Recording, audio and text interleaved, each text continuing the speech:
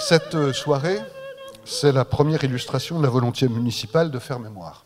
Alors ce soir, l'émotion sera sans nul doute au rendez-vous. L'émotion, mais pas la tristesse.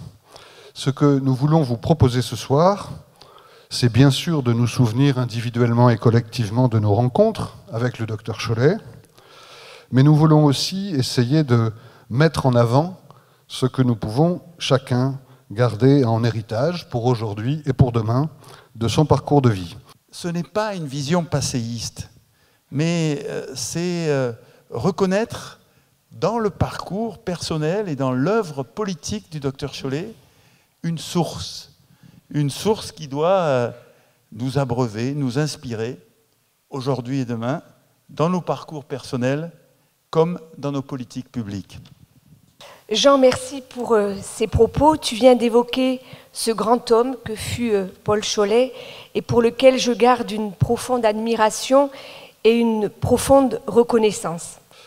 Alors, bien sûr, les liens tissés par le docteur Chollet avec beaucoup d'entre nous sont tellement nombreux que ce film aurait pu durer des heures. On aurait pu en faire un feuilleton comme Plus belle la vie. C'est le père de la pédiatrie moderne. Donc, le groupe de travail a dû choisir quelques témoins parmi tant d'autres qui auraient pu légitimement y figurer. Mais même avec cette contrainte de temps, le résultat, vous allez le voir, est à la fois riche et attachant, et finalement assez joyeux, à l'image du parcours de vie du docteur Paul Chollet. Pour le reste, j'ai beaucoup appris grâce aux autres, mais là, je crois que j'avais une longueur d'avance.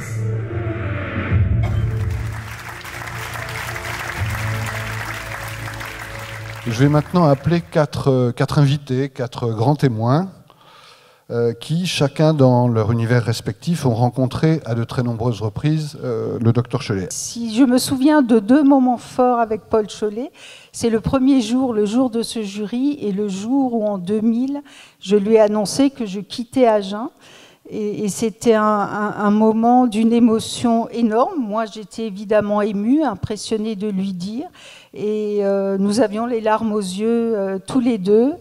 Et je lui ai dit, mais vous savez, docteur, je crois que je me ferais enterrer à Agen parce que j'ai appris à aimer cette ville.